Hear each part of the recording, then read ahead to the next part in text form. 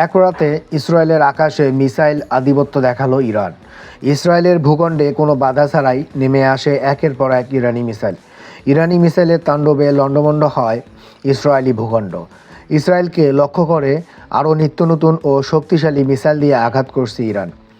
যুদ্ধ দিন দিন বাড়ছে আর ইরানের নিত্য নতুন যুদ্ধ কৌশলে অবাক হচ্ছে ইসরায়েল ও যুক্তরাষ্ট্র।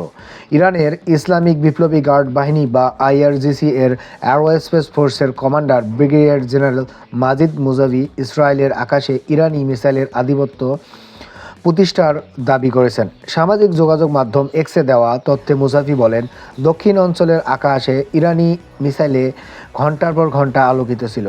তিনি হুঁশিয়ারি দিয়ে বলেন, সামনে যে নতুন কৌশল ও উৎক্ষেপণ ব্যবস্থা গ্রহণ করা হবে তা মার্কিন ও ইসরায়েলি কমান্ডারদের হতবাক করে দিবে। দিন যত বাড়ছে আরও ভয়াবহ আক্রমণের ইঙ্গিত দিচ্ছে ইরান। আইআরজিসি জানিয়েছে, অপারেশন ট্রু প্রমিস 4 এর আওতায় ইতিমধ্যে ৭০তম দফায় মিসাইল ও ড্রোন হামলা চালানো হয়। এসব হামলায় লক্ষ্যবস্তু করা হয়েছে তেল আবিব, আল-কুদস, হাইফা বন্দর, নেগেব মরুভূমি ও বেরশেবার মতো সামরিক ও প্রযুক্তিগত কেন্দ্রগুলোতে। শুধু ইসরায়েল নয়, মধ্যপ্রাচ্য জুড়ে ছড়িয়ে থাকা মার্কিন ঘাঁটিগুলোতেও একের পর এক হামলা করা হচ্ছে।